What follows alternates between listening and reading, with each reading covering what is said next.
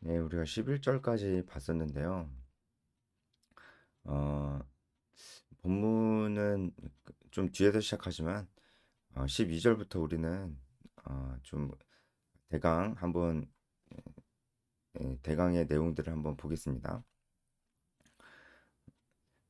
야곱의 아들들이 그러니까 요셉의 형들이 세겜으로 갔습니다. 그리고 양떼를 치러 세겜까지 간 것이죠. 야곱이 이에 대해서 좀 걱정을 합니다. 그러면서 요셉을 보내고 어, 이제 아무래도 좀 먹을 것을 좀 싸서 요셉을 보냈었던 것 같아요. 야곱이 좀 걱정을 하거든요. 세겜에서 양을 치지 아니하느냐 이게 야곱이 좀 걱정하는 그런 말투입니다. 왜냐면은 세겜에서 어떤 일이 있었는지 아시잖아요. 그 일이 있은 지 시간이 많이 지났지만 그래도 어, 야곱에게 있어서 세겜은 아주 두려운 장소거든요. 근데 그, 그 형들이 그러니까 어, 그 야곱의 아들들과 요셉의 형들 중에는 그 세겜 당시에 세겜 사람들을 살육했었던 그런 주동자였었던 시므온과 레위가 있잖아요. 그들이 또 다시 세겜에 양을 치러 갔다고 하니까 걱정이 되죠. 그러니까 시므온과 레위는 자기들이 세겜에서 그렇게 사람들을 죽여놓고서 그래 놓고서도 또 다시 거길 가는 거예요. 그러니까 시므온과 레위는 적어도 이 두 사람은 그때 그 일에 대해서 어떤 반성하거나 부끄러워하거나 그런 것은 없는 것 같습니다. 어, 대단하죠, 그쵸? 세겜 사건이 있었을 때 그때 말씀을 다시 한번 생각해 봐도 시므온과 레위가 자기들이 뭔가 잘못했다, 하나님 앞에 범죄했다라는 태도를 보이지 않습니다. 지금도 여전히 그러한 모습들을 보이고 있다는 것을 알 수가 있고 그들이 요셉을 실제로 죽이려고 했다는 것을 생각해 봤을 때 그들의 상태가 원래 그러했구나 라는 것도 우리가 알 수 있습니다. 그들이 이제 세겜으로 양을 치러 갔다는 것을 봐도 어, 그들의 어떤 영적인 상태도 우리가 좀 알 수가 있는 거죠. 야곱이 요셉을 세겜으로 보내는데 14절에 보면 그 여정을 굉장히 정확하게 얘기를 해줍니다. 헤브론 골짜기에서 보냈고 그 세겜으로 가는 길까지 야곱이 세세하게 알려준 것을 좀 볼 수 있습니다. 헤브론 골짜기에서 세겜까지 100km 정도 됐거든요. 그러니까 요셉이 하루 만에 갈 수 있는 길은 아니었고 야곱이 요셉을 보내면서도 이렇게 마음이 편치가 않았을 거예요. 그러니까 세세하게 알려주고 이렇게 준비를 단단히 시키고 음식도 많이 싸주고 하면서 이렇게 보냈을 겁니다. 요셉이 길을 떠났는데 세겜에 거의 다 온 것 같아요. 어, 막그 두리번 거리니까 어떤 사람이 요셉을 만났고 형들이 양을 치는 곳을 가르쳐 주었습니다. 도단으로 갔다라고 17절에 나오죠. 도단으로 갔다라고 얘기를 듣고 요셉이 도단으로 갑니다. 우연히 만난 사람인데요.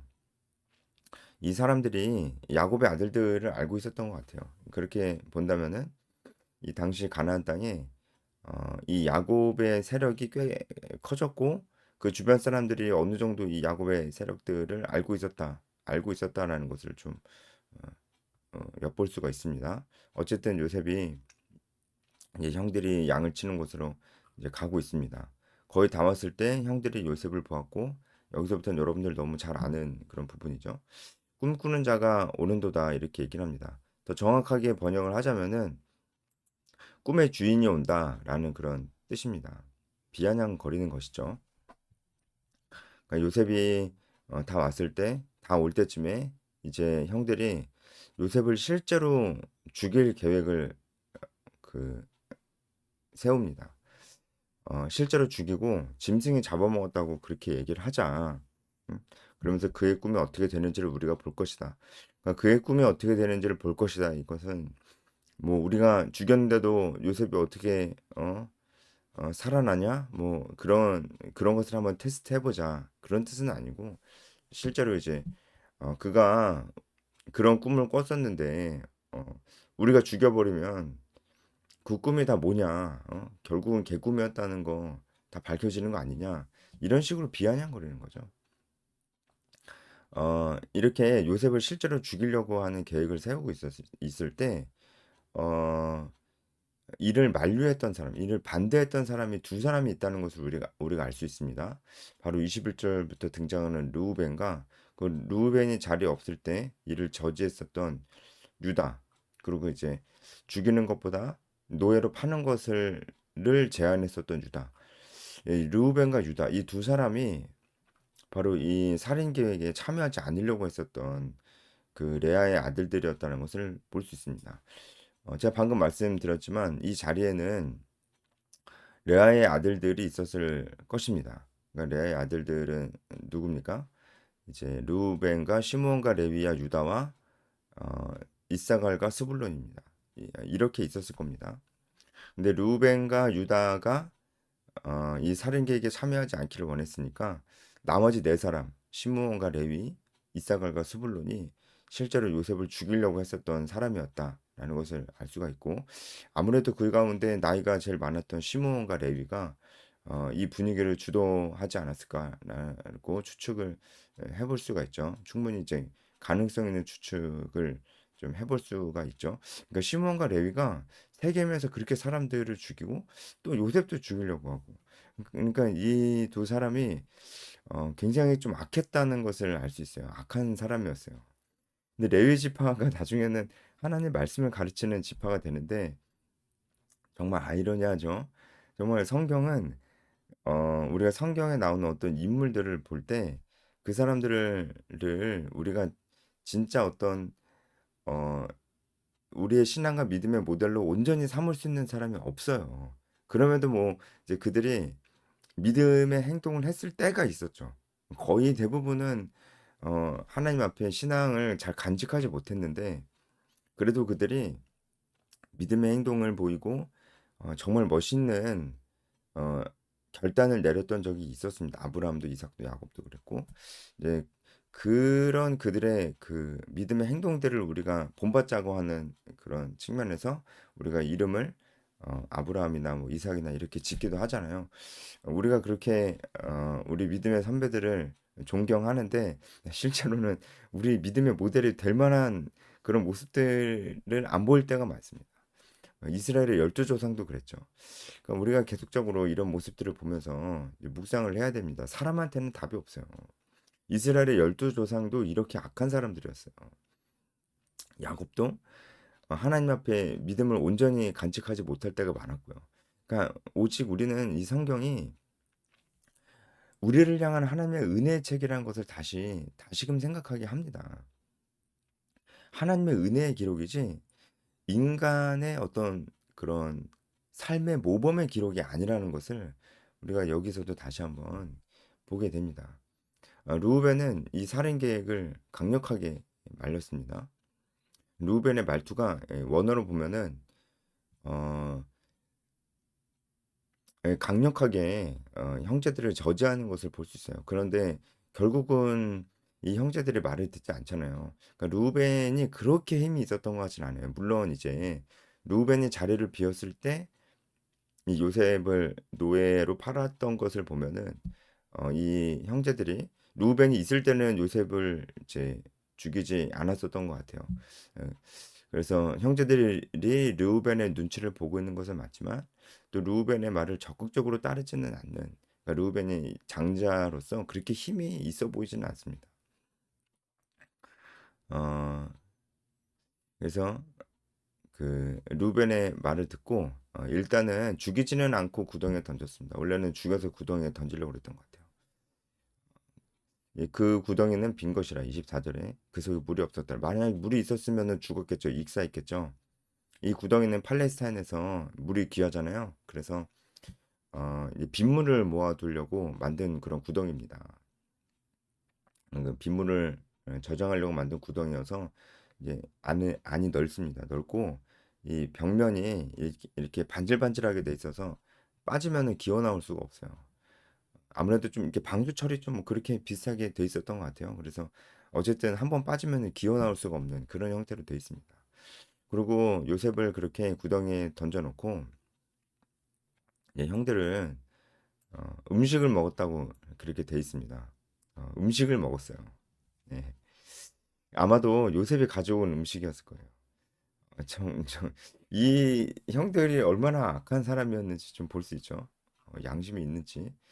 이때 이스마엘 상인들을 만납니다. 이 이스마엘 상인들은 아수르, 가나안, 그리고 이제 애굽을 오가면서 무역을 했었던 사람입니다. 메소포타미아 지역부터 가나안, 그리고 애굽을 오가면서 무역을 했었던 사람인데 아주 비싼 물품들도 많이 팔고 있는 것을 좀 볼 수 있습니다.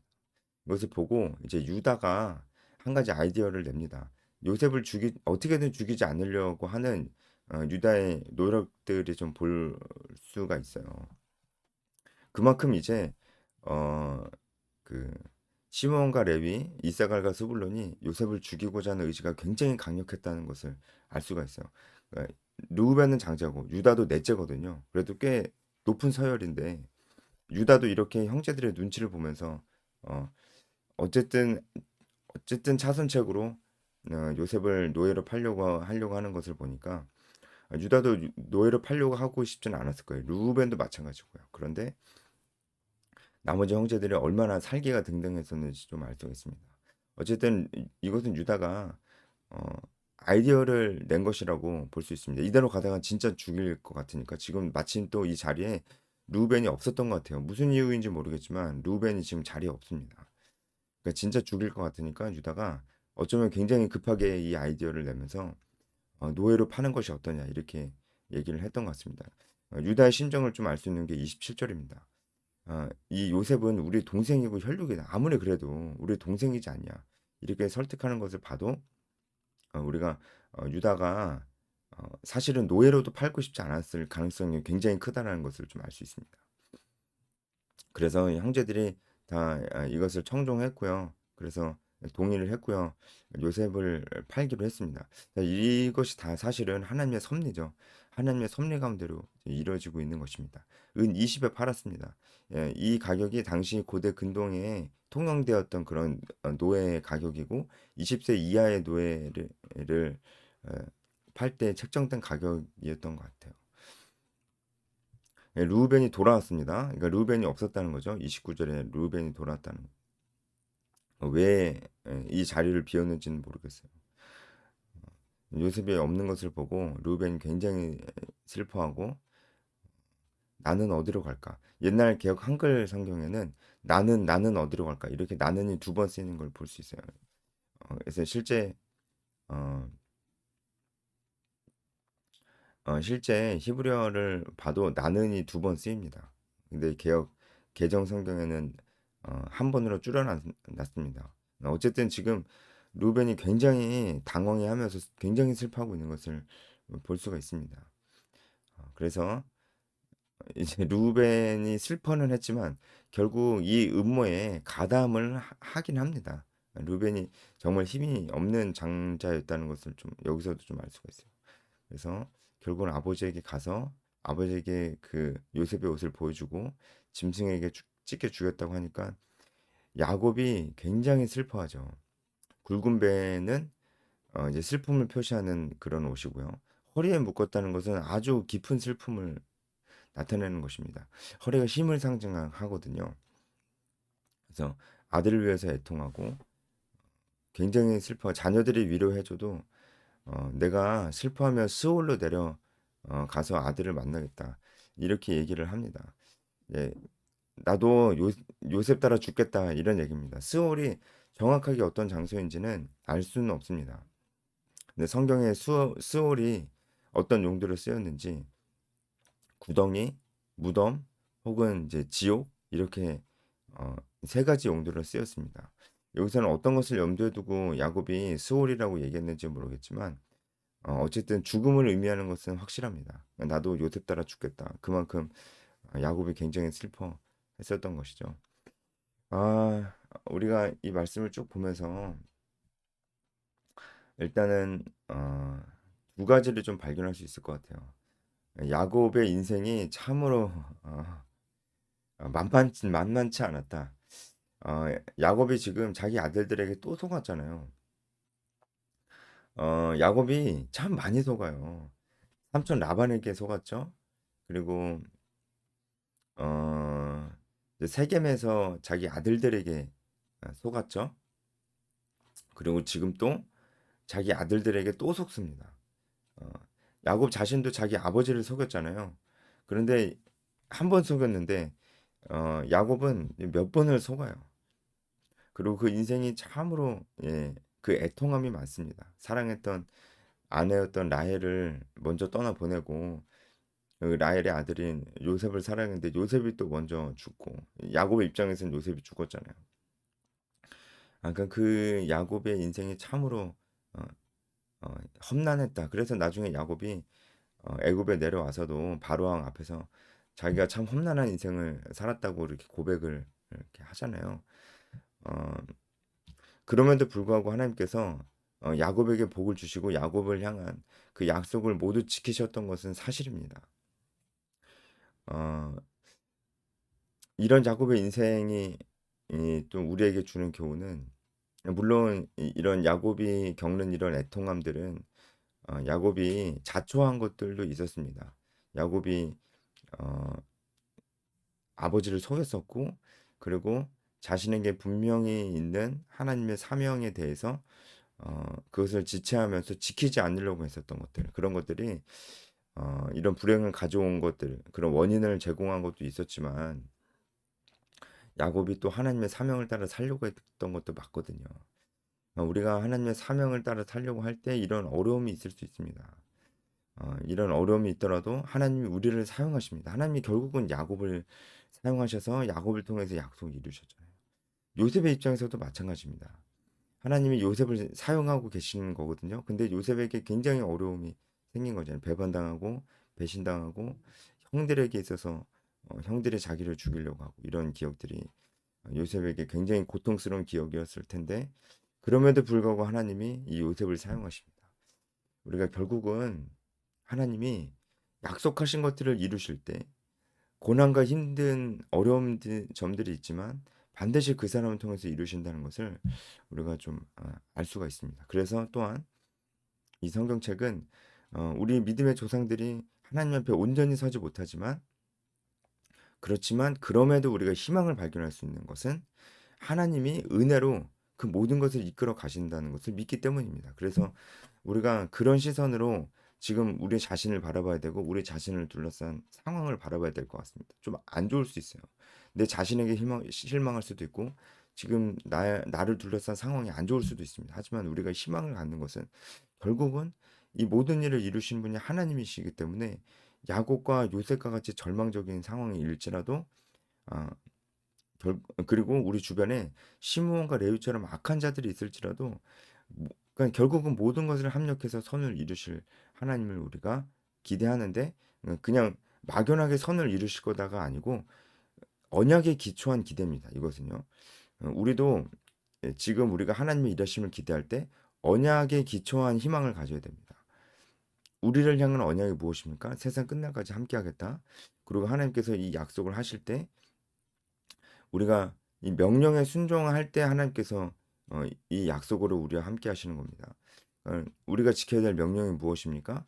복음을 전하고 제자를 삼고 이 땅에 하나님의 나라, 어, 하나님의 통치가 이 땅에 실현되도록 우리가 어, 이 땅에 이 땅에서 노력하는 것, 하나님께서 우리에게 가르쳐 주신 가치관과 도덕 기준들이 이 땅에 심어질 수 있도록 우리가 노력하는 것. 이것이 우리의 사명이잖아요.